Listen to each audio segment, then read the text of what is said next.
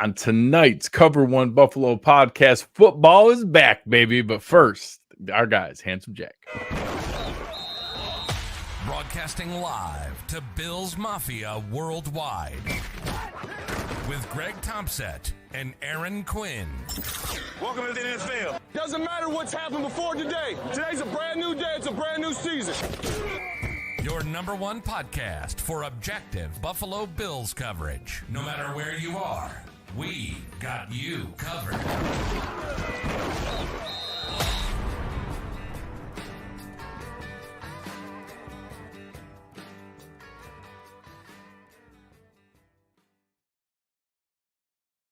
Good evening and welcome to the Cover One Buffalo podcast. You are joining your host, Greg Tompsett, along with my partner in crime, Aaron Quinn. Aaron, football is back, baby. We made it. I needed this so bad in my life. Sometimes you don't know what you got until it's gone. And I think that applies every year to football. And we talk about it all the time here about making content through that, like post draft up until like last week. And it's tough. And just getting football back in my life is so good. Although it means summer's wrapping up, right? Like that calendar's starting to turn. We've had a couple of fall mornings, but I'll take it to get football back. Josh Allen's flowing hair coming through the tunnel. Like it's good. It's good to be back. I don't want to get a Jeremy and Zach fight going. I like autumn. I like fall, but I agree. Like late summer is actually what I like. So I'm not going to open that. Yeah, no, October sucks straight up. Like late summer. And November is even worse. Yeah, correct. I actually just really like September is really what it actually equates to. Yeah. So obviously we are here tonight and we're talking about football being back because the Buffalo Bills have reported to training camp out in St. John Fisher in Pittsford, just outside the Rochester area, and everybody was there. Everybody showed up. Everybody was happy. It was great. And we'll open up talking about the press conferences.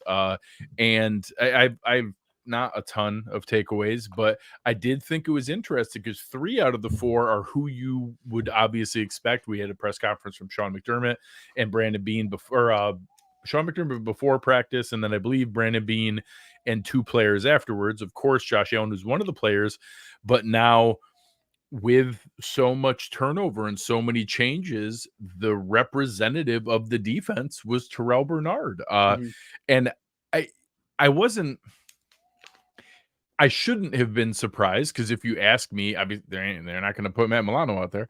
So I don't know who it would have been. And I'm like, well, yeah, I guess if he's got the green dot and he's calling the defense, it's just, there was a second there where I was like, oh, it's Terrel Bernard. Huh. Okay, cool. Yeah.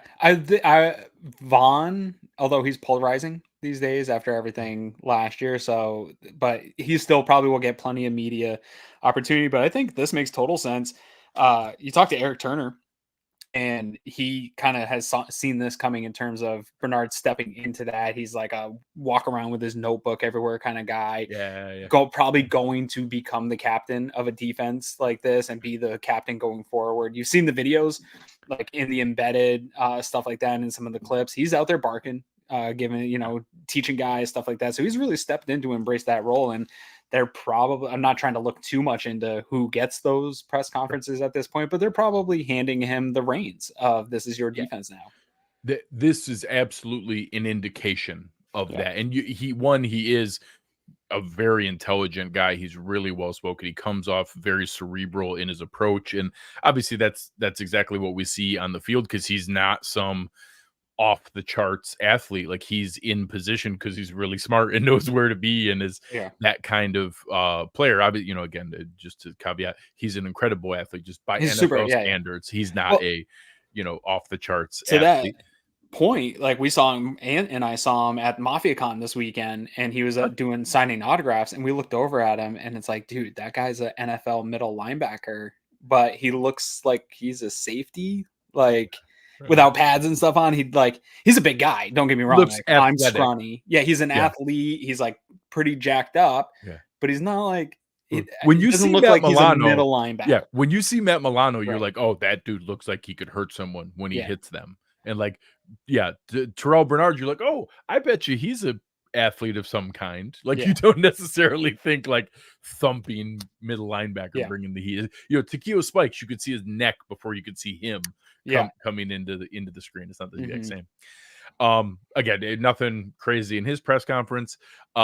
Josh was his normal, you know, affable self. I did like some of the comments from both McDermott and Beane about him stepping up as a leader and about him really stepping into that. And I think when you see, you know, it's not unreasonable to call it a leadership vacuum, because Jordan Poyer, Micah Hyde, Mitch Morse, even Gabe Davis, like that, those are guys who had substantial roles in the leadership of this team. And even if it was more lead by example or more of just look to as an example, Stephon Diggs being gone is also like, that just creates a vacuum of like, hey, who are the guys that people are going to look to in that realm? And although Josh obviously has always been kind of in that role, it's still interesting to see that now he's even stepping that up a little bit more and more formally. He made a little comment about, as I was going around opening doors, I like the idea of like him checking in with everybody and like trying to get some time with everybody. And then obviously his awesome self, like he literally went around the entire field to high five every kid or fan who was there looking for some engagement. And just, you know, he's just a good dude. It's fun to root for somebody like that. Absolutely. Yeah, I was on with Bulldog a couple weeks ago now, and we were talking about your favorite Bills player of all time and who was it. And for almost forever, it's been right over my shoulder here, Thurman Thomas. Yeah. Why I'm a Bills fan, why I moved to Buffalo. Essentially, I became a Bills fan because of watching Thurman. Like, I didn't grow up in Buffalo, so it wasn't the ties to it. Bruce is right over my head. Yeah, and for years the answer is super easy, Thurman Thomas, right? Yeah. And then now I was talking to Bulldog, and it's Josh Allen, and it's because of not just like incredible to watch, so exciting. I've never had more fun being a Bills fan than watching Josh Allen, but I've got kids, and he checks every box for that, just like larger than life, superhero, handsome dude, big smile, larger than life, throws the ball 70 yards, runs over people, hurdles them. But then he's taking time. The video, my kid saw him playing Xbox with another kid. He's like, oh, like that's so cool. Like Josh Allen's just like hanging out with a kid, and like he just does all the right things. And Brandon Beane spoke to that, like in that conversation about whether or not he's overrated, and the executive saying that. And he's like, dude, like there's never been a better thing to happen to the Buffalo Bills, this city, really, in terms of sports and stuff, than Josh Allen. He's the goose that laid the golden egg. He's the best asset in all of Western New York. And he shows it in every aspect, whether it's on the field and then that stuff, the extra stuff off the field. But I think the best part about that and the leadership stuff is all the stuff people say he doesn't do. Like, he plays too much golf, he's hanging out with his girlfriend too often, but he got the guys together and was working with the guys. And you talk about the extra work that he's been putting in with Keon Coleman off to the side and stuff like that. That's all the stuff everyone's like, no, Josh Allen doesn't do that. And he does. He just doesn't post it all on Instagram, right? Like, so it's good to hear that, yeah, he checks every box, and even the ones everybody's hating on him for. Yeah, so I'll put a pin in that for a second, because that's my main comment from Beane. My favorite part for Josh is it doesn't seem forced. There are things where I think the worst end of the spectrum is, I want to say worse, because I don't think Russell Wilson's a bad person. I don't want that to come off that way. He seems phony though. Correct. Russell Wilson does so many things that are very obviously performative. Like, they're very obviously strategically done to be done in front of the camera. And I love that, like, it just, either Josh is the best actor I've ever seen, or it really seems and feels genuine. It's really cool that he just seems like the kind of person who does the right thing in those moments, and that's cool to root for. Absolutely, yeah. Speaking of which, Brandon Beane had his presser. I don't think there was anything terribly strategic to take away from it, other than the fact of don't ever get excited that the Bills are going to be up there for Hard Knocks. Both McDermott and Beane very quickly shot down, like, yeah, better him than me. The Bills are not up for Hard Knocks. I loved it that not only did Brandon Beane answer the question about the anonymous quote, and in Jeremy Fowler's, he does it every offseason. He does a survey, I guess you would call it, of executives, coaches, different people of the top 10 guys at each position group, each position group. And one of the anonymous quotes, although Josh Allen was rated the number 2 quarterback in the survey behind Patrick Mahomes, one from what was apparently a veteran NFC executive,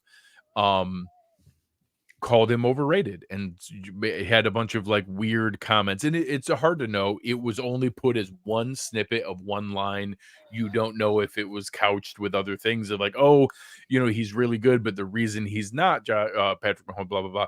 But it came off as a really crappy comment. And I love the fact that not only did Brandon Beane answer it, but like he was genuinely upset. Like he almost was like emotional in his defense of how frustrating it was to hear that about someone who, he believes in so much and has already proved so many people wrong and had to play with such a chip on his shoulder because of the amount of disbelief and the amount of people looking for him to fail because of their pre-draft. And he didn't say the word of like just wanting to confirm their priors, but that's what he was talking about through the whole thing was people just look for any opportunity to go back. But see, I tried to tell you he wasn't actually that good, and that there's so much confirmation bias in searching for any little flaw that he has. And he said, like, no, Josh isn't perfect. And of course he makes mistakes, but his positives so heavily outweigh his negatives that it's just ridiculous to talk about him as overrated. And I just love that you could see it. Like it was such a throwaway, nonsense, pointless line, and it genuinely bothered Brandon Beane to hear it. Yeah, and my favorite snippet is where, honestly, it's one of the best things that can happen is 2 things this year is nobody's talking about the Bills. Like this time last year, it was so much hype. The last couple of years been so much hype, Super Bowl favorites, all that stuff, having to answer those questions coming into camp. None of those questions are being asked. If anything, it's like, how do you deal with not being a Super Bowl favorite going into the season? But then you have this comment that, again, is probably super innocent, probably means nothing. To Brandon's point, like you can call anyone an executive. He was an executive technically before he deserved to be, right? There's a lot of people that become NFL executives. It doesn't mean they're a general manager or have any actual say in any football related things. It could be anybody. But the best thing is that's a bulletin board chip on his shoulder of a guy who loves to pile chips on his shoulder anyway. And I think it's a huge added bonus for Bills fans that happened and Josh had to hear it. And now he has to ask questions about it because there isn't a lot of that left, right? Like Josh is super good. Everyone pretty much universally is like, yeah, he's the second best. It's like just Mahomes in a way. And that's a chip in itself, like to get past that and get a championship for Buffalo and beat Mahomes. But now you have some guy out there saying you're overrated and everyone's talking about it. Yeah, pile that on Josh Allen's shoulder, please. Thank you. I loved it. Mina Kimes, who shout out, was a wonderful guest on the Cover One show, Disguised Coverage, on her show recently with Field Yates. She even kind of like poked at herself that last year she got to kind of jump on the like brief moment of nobody believes in the Chiefs because there was that weird stretch in the middle of the season where they looked kind of rough. And she's like, I know it's cheating, but I'm going to kind of jump on the bandwagon of nobody believes in the Bills. This is really dumb. They're still a top 5 team in the NFL, and everybody's like picking them to not only not win the division, but miss the playoffs. He's like, Josh Allen's still there. Sean McDermott's still a really good coach. That defense is still really good. Like, this is going to be a really good team. And I just love that idea of like, she was like, it's kind of weird. I get to jump on the nobody believes in the Bills bandwagon. Now it's great. Yeah. The last press conference was actually the first press conference with Sean McDermott. Again, not a ton of nuggets. He did talk about the idea that he already has this plan in mind. His plan is very clearly that Bobby Babich is going to call the defense. He just, he believes in everybody's got to earn it, and he wants to be able to see it. And Anthony Prohaska, who was at at training camp today, and we're going to show some of his tweets. He was fantastic. If anybody's not following him, it's at pro__ANT, pro ant. He was giving out a ton of really good detail during the practice today, and including that during the call it session, Bobby Babich was calling the defense and was out there barking and giving all the calls and making all the calls for it. That's obviously the plan, but they're not going to announce that to the world until it's official. And one of my favorite things is when Sean McDermott knows he's kind of trying to be funny, but he ruins it by knowing that he's kind of trying to be funny, and he had a chance to have just a very like simple little dry throwaway line about Pittsford Dairy, which is phenomenal ice cream. Mm. And he was going to set it up as, I just wanted to check if it was still there.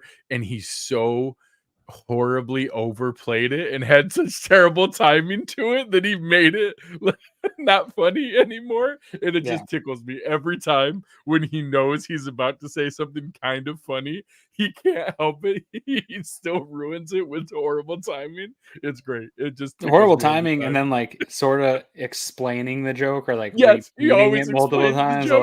like, I'm just checking to make sure it's there in case you didn't. No, we In got case it, you John. didn't catch my joke the first time. We got it, John. We understood. Yeah.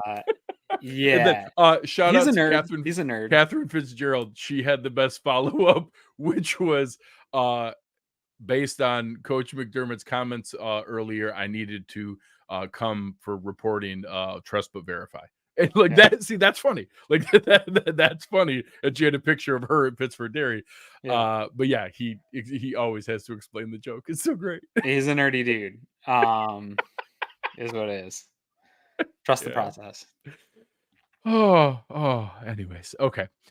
So beyond the pressers, we did have football today, and what better way to And our talk about shortest football? The football only gets longer from here. Oh, it only Right? gets Like, there's that was, only like, our more shortest. football. There's only Yeah. more football. We just started. So right now we're going to talk about who is here to help in practice today, and that was the health of the team. Really early, I'm gonna knock on some wood here. Matt Milano was back practicing in full in the team sessions. Von Miller was out there without a brace. All the starters were in position and ready to go. It was really, really nice to see that. It's inevitable that somebody's going to get dinged up. Hopefully nothing serious here. I actually saw I think a cornerback for the Vikings popped an ACL today in the first day of training camp. It's inevitable that things are going to happen, but I love the fact that we're coming in, there's nobody that I'm even, trying to go to, oh man, which big off-season surgery recovery are we worried about the most? And we're in pretty good shape. Like at minimum, it's a really great starting point. Obviously we don't know who's gonna stay there, and obviously we hope everybody stays healthy as long as possible, but this starting point, and specifically guys like Milano and Von Miller, who with so much turnover on that defense, getting high-end production from the veterans, high-paid veterans who are remaining, and they're the two highest paid guys on that defense. We need to see that. We need to see that. So at a minimum, this is a really nice starting point, and I'll take healthy people as here to help. So our guys over at William Mattar Law Offices, who's here to help? It's a healthy team to start training camp. We can't ask for a lot more. No, yeah. And before I get too deep into the Von Miller hype chain, choo-choo, by the way, Milano, I want to start with, like, both these guys really, you go through the off season and you add pieces, but sometimes there's addition internally, and that can come from guys getting back healthy. And I think that there was a lot of talk today in the press conferences about, like, the Bills aren't the same team when Matt Milano's not out there. When 58's not out there, they're just not the same defense. So getting him back is probably bigger than any free agent signing you were going to get with the way the cap situation is. And then Von Miller, even if he's not to the point he was pre-injury, I've been saying this the whole time, like 70% Von Miller is another huge addition that you weren't going to get in free agency. And so if these two guys, especially the level of play that they can provide, and with Von Miller, you could say what you want about him. Obviously there was some off-field stuff last year, and he over talks and over hypes things up. And I know that has frustrated fans. He's a good leader. This is a Hall of Famer that has the rings. Yeah, he's got the resume. He's got the work ethic. He's going to put in the work. He's going to get your young linemen in position. And he's a guy that loves to be coached and loves this part of the process and this work. And so this is great to have them back for this full process of training camp and involved in that. Milano is one I want to keep an eye on here because I was super excited to see that he was a full participant, right? Because this spring it was kind of... McDermott did say they were going to manage his reps. Correct. So he said veteran rest days. So not anything that I perceive as, injury related beyond like, hey, we're still working it back. But the fact that he was fully cleared and ready to go full go on day one is as good as you can ask for. But this like a bit of skeptic in me is I know they're going to manage that. And with Vaughn too, this is probably a concern for me is now that they're ramping in like some of the work that he's doing, how often are those veteran rest days going to be? And is it just a built-in scheduled rest day, or is it, hey, we worked real hard yesterday and I woke up and things are like kind of swollen and things are kind of, I'm not feeling great. I need a rest day type of thing. And that's going to be something I think that's going to be interesting to monitor and we probably won't know the answers to most of that, but I want to see how often these rest days are coming up. If it's once a week, I'm not going to bat an eye. No. But if we start to see, if it's like a scheduled thing. Yeah. If we see it like, hey, every Thursday we're seeing a veteran rest day for them, I'll be okay. This is just what that is. If we start to see it that it's one day on, one day off, another day on, another day off, all of a sudden I'll be like, or 2 days in a row off. But I think that's a really smart call out to monitor that and keep an eye on it. Yes, but I want to shout you out because when I was on both with Shope and when I was on with Derek back-to-back days, they both hearkened to an interview you did on WGR, and that you were called out you're saying how much I was hyping up the Von Miller hype train, and I was dragging you with me into the Von Miller hype train. And the more that we see and the more that I hear, I feel even like more justified in getting hyped weeks ago from those silly videos that I don't love to get hyped about, like a workout video in the off season, but pointing to a guy coming off a big injury. You heard Sean McDermott talking about it today. Like most guys, like we've been saying on this show for a couple of years now, with the Trey White injury and now with the Von Miller one, it takes the 2 seasons, and now you're seeing him without a knee brace. And Ant reported from camp today, in one of the first reps, he beat Spencer Brown and would have been a sack and had that bend off the edge too. Choo. Let's go, Greg. The hype train's coming, man. I'm feeling it. Again, it doesn't have to be like tons of snaps for Von Miller. It just has to be go in on third down, rush the passer, get your 8 to 10 sacks, and let's go. Yeah, and it's I think it was my guy Steve Noble who is in the chat here and made a comment about, like, every day being with Von is like the defensive end summit, and Larry here was even joking about I'd take 38% Von Miller, and I was honest when I was on with those guys about that. It's because, and I can't honestly really say why, but my mind had just gone to that he was now a zero, like that he was just only on the team because we were financially obligated for him, and that, like, he's just got to kind of take up space, and that I don't really know why I let myself get to that point, but either way, that's kind of where I'd gotten to, like, oh, we need to replace all of the production. And then as we thought, like, well, I guess he did look better down the stretch and in those final games and in the playoffs. And now thinking about, well, I guess it is the next year back off the ACL very commonly is. And again, I don't expect us to get peak all pro Von Miller. I don't think that's reasonable. But we also don't need the 80% snap count Von Miller either. Like, we can afford for AJ Epinesa to play 55, 60% of the snaps, and for Von to play 35, 40% of the snaps. Like, we can afford for that. Like, that's actually very doable. And I think if we only put him out there in those obvious passing downs when we need him to get after the quarterback, I still think he has that bend and that burst to get off the edge. And if we're managing the snaps and we get production when we need it, I think that's really interesting to be able to do. So, and I think his skill set ages well, even if he's lost some of that bend and athleticism. He can still set up an offensive tackle. He knows how to do it. He knows how to set up leverage, and he has a repertoire of moves. This is the thing that all these other guys are trying to get to, right? Like, we're trying to see the development of Groot and AJ Epinesa to get those. Von's got them. And so I think his skill set will age well. We've seen a number of pass rushers age pretty well. We see it every year where these guys just keep coming back into the league to be mercenaries. Von's a level above that. So I'm excited. Train's full of bars, steaming. Anyone's welcome to jump on the Von Miller hype train. I just want you guys to know. Come on. So before we wrap up the Here to Help segment with our guys, William Mattar Law Offices, listen to the man himself and check out what they have to offer. If you've been in a car crash, you should know this. At William Mattar, there's no fee until we win. That means you don't pay us unless we win your case. If you're hurt in a car, call William Mattar, 444-4444. So our next segment we want to get into here is just kind of some updates we got from the team, and no better place to be able to offer that and to share that than make sure you guys are, again, as we mentioned, you're following our guy Anthony Prohaska.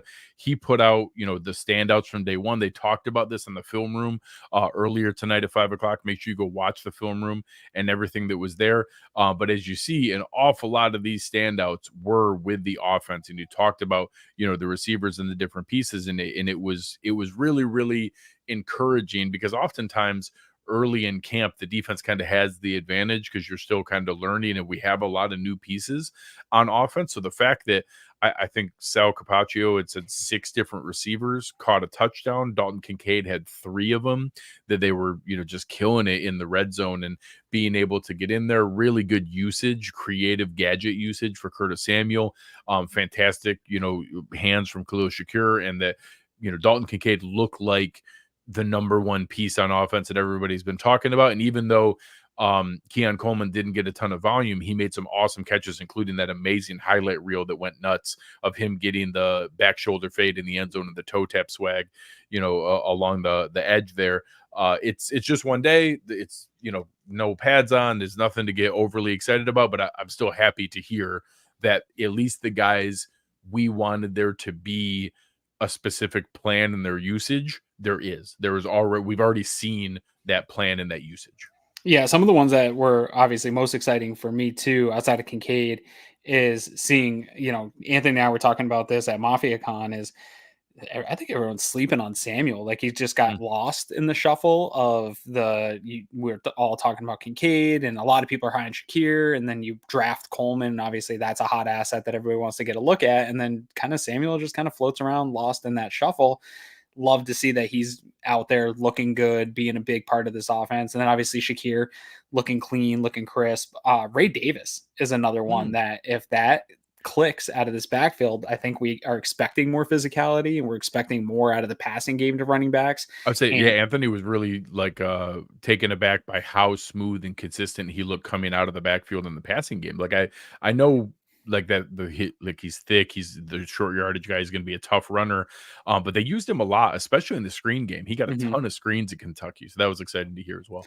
Yeah, and we want to see some of that, right? I think we've been calling for that type of setup. I don't know if we'll get it this year, but just having running backs that can be pass catchers, help Josh Allen be outlets and blankets, all that stuff is all positive signs. And if they are going to operate, like, I know we assume that it's going to be a Dalton Kincaid driven offense, but that's still lacking a wide receiver one. If you're going to lack the wide receiver one, it has to have what we saw today, which is multiple weapons that do multiple things, that are getting multiple targets. And so that's a great sign to see right out of the gate. And then, Ant and even Beane and Josh Allen sort of all talked about, Josh Allen really hit on it, the different stuff already out of the gate on day one. They're running multiple different motions, different formations, condensed formations, different things like that, which is kind of the first look at this Brady offense that we hadn't seen. We've been seeing this kind of more vanilla Dorsey offense that he was manipulating and pulling different levers for the Dorsey offense.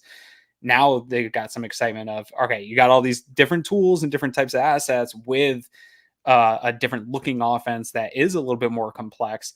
This could be a lot of fun. I think you saw the initial signs of that here today. 100%. I think that one of the most exciting things that people think about some of the other offenses that he called, Joe Brady also called the most explosive offense in college football history, that LSU offense that was, obviously it had, Joe Burrow at the helm with Clyde Edwards-Helaire, Jamar Chase on one side, Justin Jefferson on the other, Terrace Marshall in the slot.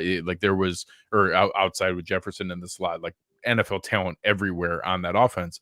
But he did it in creative ways, and one of those ways was the condensed set. So you didn't know who the outside guy was. And one of the, I think, legitimate concerns with this offense is, we don't have that one alpha outside X receiver. And heck, even today, I think Mac Hollins got the majority of the reps at the X receiver. And one of the ways to hide that, when you have multiple guys who can be the slot, multiple guys who can be the inside, is condense that formation, squeeze it down, so no one is the isolated outside guy and you don't know who's going where out of that offense. And then everybody has options to branch out and break out because you don't know who's going inside and who's going outside. Everyone has inside outside leverage options when you're running out of condensed sets. That is a really interesting wrinkle. And I don't think we're going to see huge dramatic changes. But the two things that we saw today versus Ken Dorsey, I think that as long as we see more pre-snap motion, more condensed sets, those are interesting pieces to me to be able to entail. And I know we saw even more play action after Brady was gone, or after Dorsey was gone and Brady came in, and I want to see more and more of that. And this leans into that very heavily because condensed sets is easier to run out of. It's also more powerful when you have play action out of there because it looks like you're going to run and then you don't know who's blocking and who's going out for a pass. So all of those things are really intriguing for the first day here. I was excited to see it. I got to get in on John Williams here in the chat. I can't let this one go without me putting him in his place real quick. Josh Allen lacks the it factor that Montana had. Lots of periods in here. Sorry, John. You got to work on those. The ability period, the DNA period to push all around him period to over period perform period. John, you're crazy. This is the silliest thing I've seen. Like, I usually just like ignore the troll type comments, but Josh Allen had the two best playoff performances I've ever seen in my life from any quarterback of any time, and he rose to the occasion. Like, if that doesn't have the it factor, he's the highest rated quarterback in NFL playoff history. Yeah, there's a higher quarterback rating than Mahomes does in the playoffs. Correct. And yes, he had Diggs. Diggs is great, but he made Gabe Davis look like, I mean, he had Bills Mafia broken that Gabe Davis might be the next thing. So yeah, maybe John is an AI bot. I don't know. But I couldn't let that comment go untalked about there. Sorry, John. Hope you have a good night, but that's silly talk. Thanks for coming. As Ron said, bye, John. Thanks for stopping by. Crazy. Yeah, Josh Allen has plenty of it. Sometimes I think he has too much it, if we're being honest. So I'm excited to see. Obviously, there's no pads on. We're just at the beginning here, but all these different things coming up. All right, we've agreed too much already today, so I'm excited to bring up something we're going to disagree about. That Damar Hamlin was a ceremonial placeholder with the first team defense today. That's fine. But he's still Damar Hamlin was the first team safety with Taylor Rapp, and it does matter. I just wanted to poke. Well, it does. I knew this was coming, and that's okay. I heard Sean McDermott's comments, but to Sean McDermott's point, I think he talked about this with Cole Bishop a little bit, and being ready to play and being available to play is going to matter. And Mike Edwards is slotted to start, or that was the plan during spring. He wasn't available. And so he said they'd get a look at Mike Edwards today. But they didn't throw him out there as a starter because he wasn't available in the spring. And that opens up the door for somebody else to get reps with the starters. And if that's Damar Hamlin, and we saw him get a pass breakup on Josh Allen, I don't know how he played for the day, but I like Alex Brasky. Alex Brasky's been talking about him being a dark horse the way he has been playing. Brandon Beane spoke about the attitude that Damar has come in with of like, hey, I had the problem for me with Damar is he played pretty well. He was trending in the right direction before his incident. 100%. He had the incident. He became a polarizing person among fans, which I don't totally understand why that what happened necessarily. I know it's a weird time with COVID and everything, and some of that got mixed in there, but I think a lot of people also get jealous when people get attention, and he got a lot of attention, a crazy amount of attention, but he didn't do anything. No, it wasn't him. Like, he didn't do anything. And he's only done good, positive things with the only leveraged his attention for positive to raise money and to help others. Like he hasn't been like self-seeking in it those doesn't things. feel that way to me. Some people think it doesn't make sense to me, but anyways, so he's become this polarizing person, but then so you go into the last offseason and Beane talked about this, whereas like last offseason was really like, can he even get over the mental aspect to get in here and hit and do this? And then because of that, they did sign Taylor Rapp and they did kind of push him down the depth chart. And I think from talking to a few people that even the staff was like a little hesitant to really get him involved at this point in the last off season. And now he's had a full off season. I think he came in and was like, give me a chance to compete. And so I don't know if he really has a shot. I put out a post before camp that I thought it was a 3-man race of who could be viable starters, but he did jump over Cole Bishop, which McDermott talked about it. Like, he's got a lot to learn to get into this role, and we're going to try to work him into some specific looks, but it's going to take some time. Defense, he put it like the top 3 being quarterback, mid linebacker, and safety. Yeah, the largest mental load. So it really speaks. He really pumped my brakes. Correct. On the Cole Bishop stuff. Correct. For sure. And that's good. I needed that.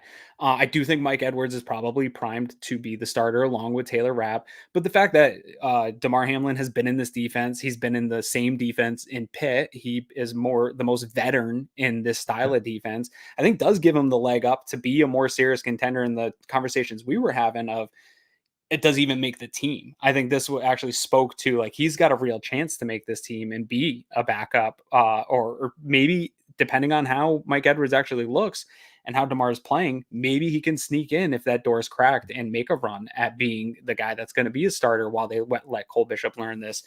So yeah, I'll argue with you about it. I'm okay with that. So one, I want to shout out again, my guy, Steve Noble, helping me out there, that last year on the first day of practice, Terrell Dodson was the starting middle linebacker. Yeah. As Terrel Bernard stepped into it. It's a great memory. Good job, Steve. But it does matter. Now, I think if you're being on the cynical side, you step back.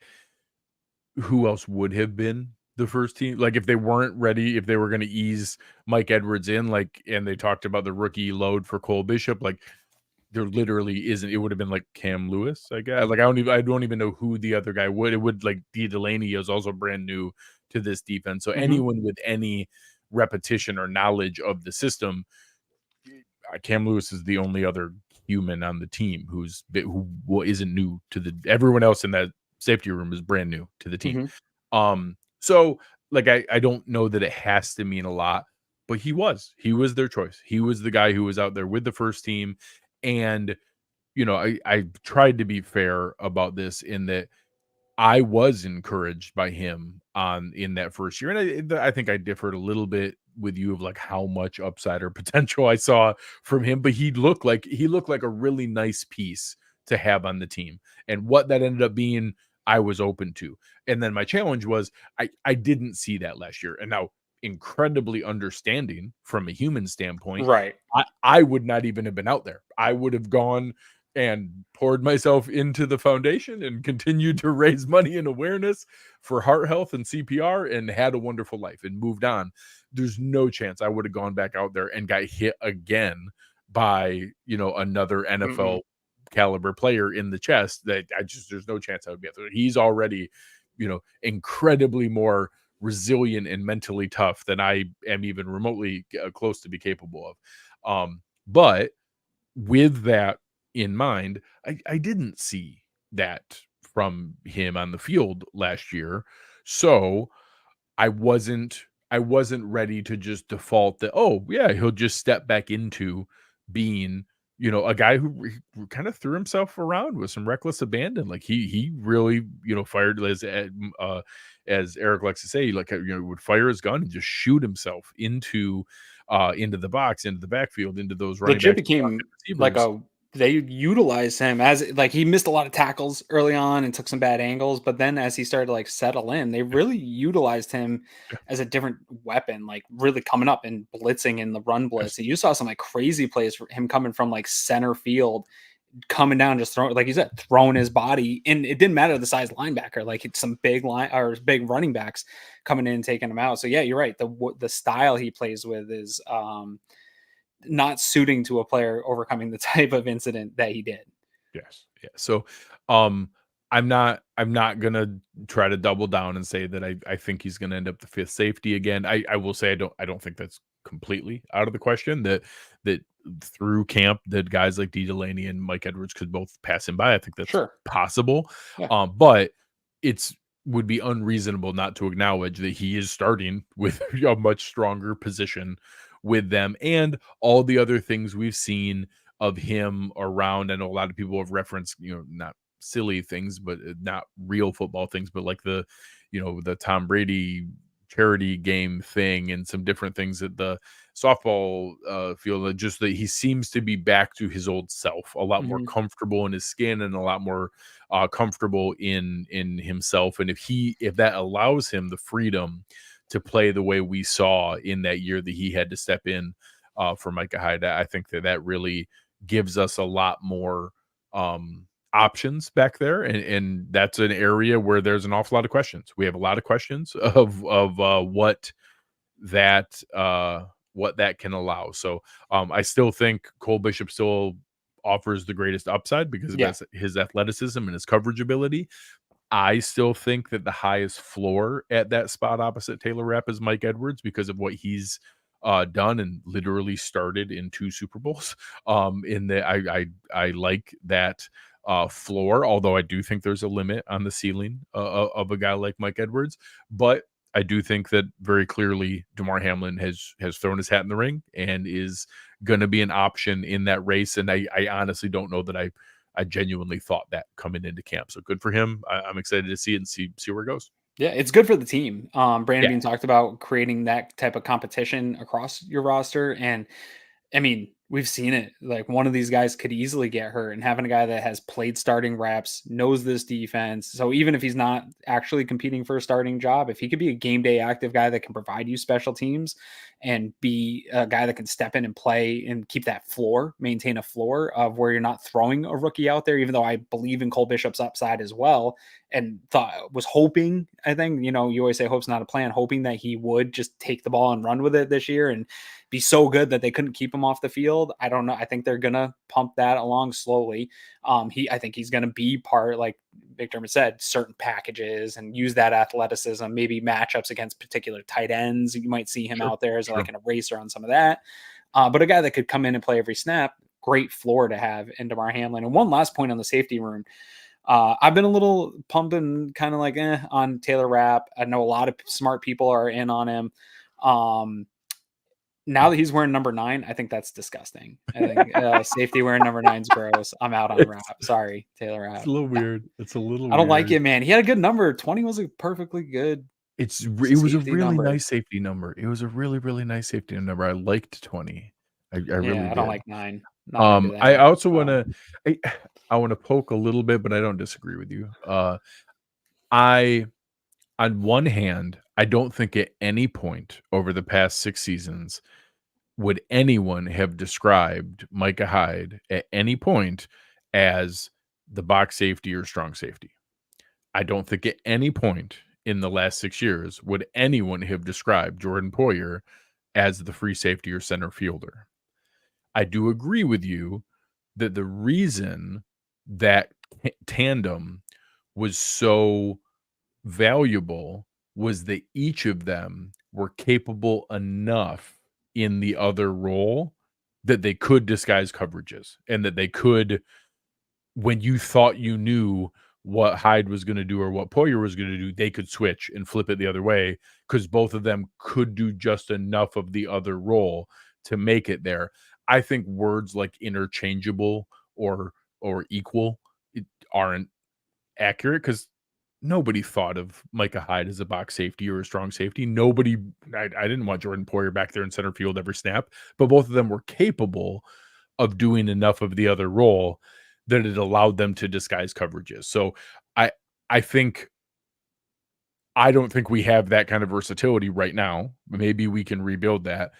I would love to get back to that kind of versatility, but I do still think there is a Poyer role and a Hyde role per se, because I do still think we have a guy who's going to spend more time in the box and as strong safety, and a guy who's going to spend more time as the free safety or center fielder between the two. Jordan Poyer spent more time playing post safety looks than Micah Hyde did last year. I think I very much disagree. I think year one, we saw more traditional free safety, strong safety. I firmly don't believe that the Bills had that. I think Micah came up in the box plenty. I think Jordan Poyer was better at it and more aggressive and a better tackler. Micah made more plays with range on the ball, but I think those are more optics than necessarily that they couldn't do those things. And I actually think right now we have some of the versatility and interchangeable players. I think as low of I've been on Rapp, he did a pretty good job playing some of the post safety stuff. And I think a lot of people think of him as Correct. He's such a thumper. He fires his gun that he's going to be that guy that's in the box. I think Specifically, when they did the 3 safety looks and Poyer moved down to the dime linebacker, it was Rapp who went back to the post. I think he did the center field spot pretty good at that. And even guys like Damar Hamlin have experience. Like, we think of him as he is very strong against the run. He can do a lot of that stuff. At Pitt, he was in the back a ton. I think Cole Bishop is an interesting one who hasn't played a ton of it, but the athlete that I see a guy that can do both. Even I disagreed with Ant a bunch. On the way back from MafiaCon, we were talking Mike Edwards. This is a guy that I looked at a ton coming out of college. And again, I think he can do both. In the NFL, you have to be able to, right? Like, it's a 2 high safety league. Everybody's got to be able to get back and play post coverage at some point. Whether or not it's a strength of theirs, they have to be able to do it to give you those interchangeable looks. I think the Bills have a bunch of these guys, but again, it's not going to look like prime Poyer and Hyde doing it. There is going to be a step down, but I think they've done enough in the types of pieces that they've got and the guys that we're talking about here, where that floor level is much safer and the insurance that they've brought in is much better than I thought it was going to be on Black Monday, when I didn't think either of those guys were coming back. And it was just Taylor Rapp sitting in that room and Damar Hamlin that we haven't seen in over a year. That didn't feel good. But now that you have a Mike Edwards and a potential Cole Bishop developing into this role, I think you've got some guys that can do a little bit of both. But again, maybe it'll get to the level we saw Poyer and Hyde, because when those guys got here, they weren't that. Like, Hyde was a nickel kind of guy that did play a lot inside, and he converted into that role, into the safety role. And Jordan Poyer was like a special teamer.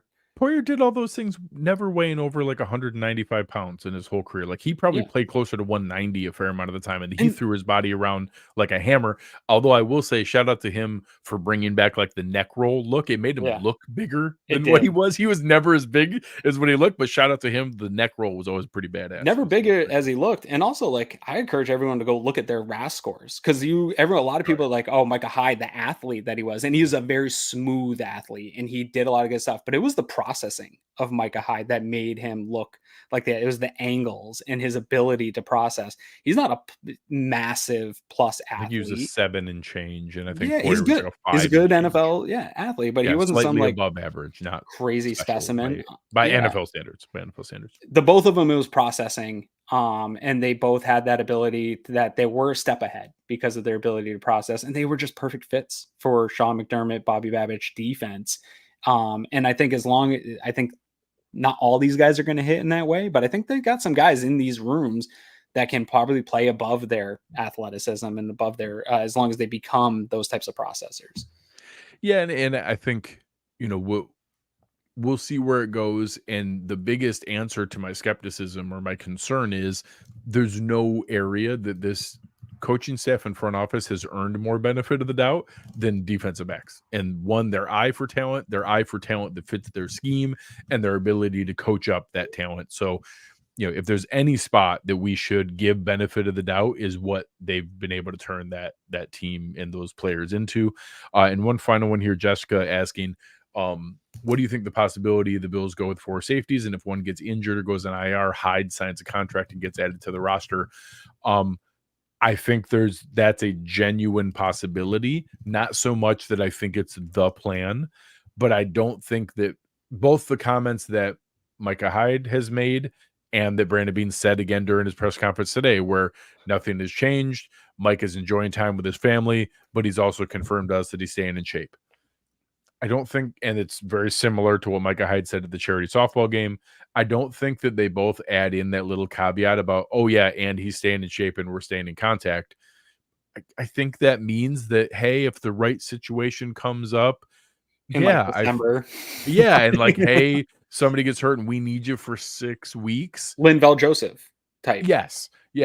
I don't think Micah Hyde is interested in playing 24 weeks of football. Right. And I don't think his wife is interested in him doing that, but I don't think they've added those little caveats in there for no reason. They just don't know if it's going to come up. I don't know that that's going to come up. They're not wishing for injury. We don't know. Guys on the team get hurt every year, but there are position groups where nobody gets hurt. Look at the offensive line last year. Every single guy played every single snap.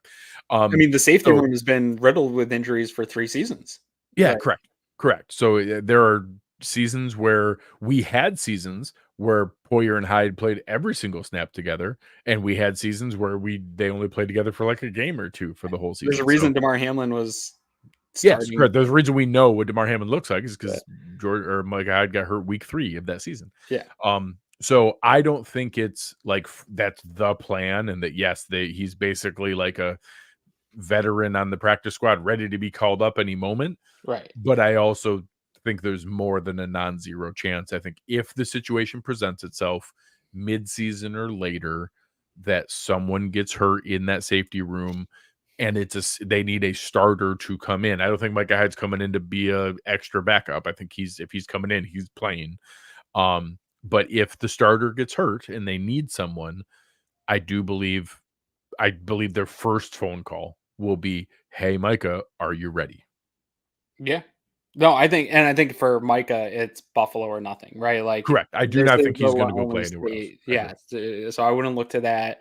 And again, we hope nobody does get hurt and has to put the Bills in that situation. But what a great insurance to have, where if you are late in the year and something happens, where maybe he's not the full version of himself, but if he's healthy and again the processing that he has, knowing the defense, he could step right in. Like, he's played with Taron Johnson, he's played with Rasul Douglas, he's played with Christian Bedford. He can step right in. If it's Damar Hamlin back there, even Taylor Rapp, like, he knows all these guys. It's a perfect plug and play. Yeah. And Nico here, actually, one of the biggest benefits is, especially when it's a veteran free agent that can't be claimed by another team, it's just his choice. The cutoffs actually, if you guys remember, like, Leonard Fournette wasn't added to this team until really late into this, like way after the trade deadline. I do think there's like a pre-playoff cutoff. Yeah, there's like a playoff element to it, but I don't even know how that works, because like if you have injuries, you're actually allowed to like request an exception. So I don't even know, like I don't know if someone material got hurt in a conference championship game, I think the team is allowed to like submit an exception to be able to add a player, but at a minimum, like right before the playoffs, he could get added in week 18. I am certain of that he could be added week 18 and play in the playoffs all the way up until then. And there's a possibility that it could even be during the playoffs, but for sure there is a cutoff, like the Saturday at 4 p.m. before the last week of the season, that you could be added to the roster and then play in the playoffs, because we've done it with guys that late going on into past seasons. Yep. All right, Aaron, we made it. Football is back. It has been wonderful. Make sure you're checking out all the shows across the Cover One platform. Make sure you're following. I know Thomas DeLaus and Anthony Prohaska were both there today. Eric's going to be there starting, I believe, on Sunday, which is when pads go on, because Eric likes to watch the pads and go in there. That's the right time to be there. It's actually, if not for all my new work travel, I know it's the first year in a long time I haven't been to training camp. I'm really sad, but unfortunately real life got in the way. So I will have to depend on guys like Anthony and Thomas and Eric and all the other guys who are going to be out there at training camp, and all their guys. Make sure you're following. There's so many beat reporters that we love here at Cover One, guys like Sal Capaccio and Alex Brasky and many others. Make sure you're checking them out and following everything going on, and then coming to listen to us with all the things that are going on, reacting to what it is, because football is back and I cannot wait. Yeah, and a good little tip, if you're on Twitter, don't just follow him. I've got Anthony, I've got notifications set. And so today I'm busy with my kids. We had track in the morning and golf and I'm running my kids around, and I just every little bit I check Twitter and I get the notifications of certain people, and then Anthony was right there, just delivering the news right to me of how it was going, and giving me not just the news and like, oh, Keon Coleman caught a touchdown, but detailed information of what is happening, which is the kind of news that I want. And I'm sure that news is for some people that just want the basic stuff. I'd like the detail stuff. So it's great that we have some guys there providing that type of information for you. So definitely give him a follow and hit that, get the notifications when he does tweet, so you get it right instantly. It's a great call. Great call. What's going on with you guys over at Cover One Golf? I saw you got another show coming up here. Yeah, it's actually super depressing. It's going to be Nate and I tomorrow night. We might have a special guest for that one. One of my golf instructors might come on. Cool. We're trying to drag me out of a slump. I've seen some of the tweets. I know you saw you were pretty down. You were I pretty was down playing. about it. I was playing actually great golf for a while. I had about 5 rounds where I was just playing, for me, really good golf. And then we went out with my friends, and I had the worst round of my year. And it's my head's not in a good spot, and so it's we kind of call an emergency therapy session to try to get me out of it. I'm practicing. I'm trying to drive myself to get out of this. I'm going to be playing right before our show, so I'm going to get 9 holes in and see if I can't get myself out of the slump. But Nate, really good golfer, has been through this before. He's going to talk me out of it. And then we're going to talk a little. Xander Schauffele just won a major, and you know how big of a fan I am of Scotty Scheffler. We're going to debate a little bit about who's actually having a better season, which if you're a golf nerd, that's fun. So join us 9 p.m. Eastern Standard Time on the Cover One Golf YouTube channel. Hit us up if you're into that kind of stuff. If you're a nerd, golf nerd like us.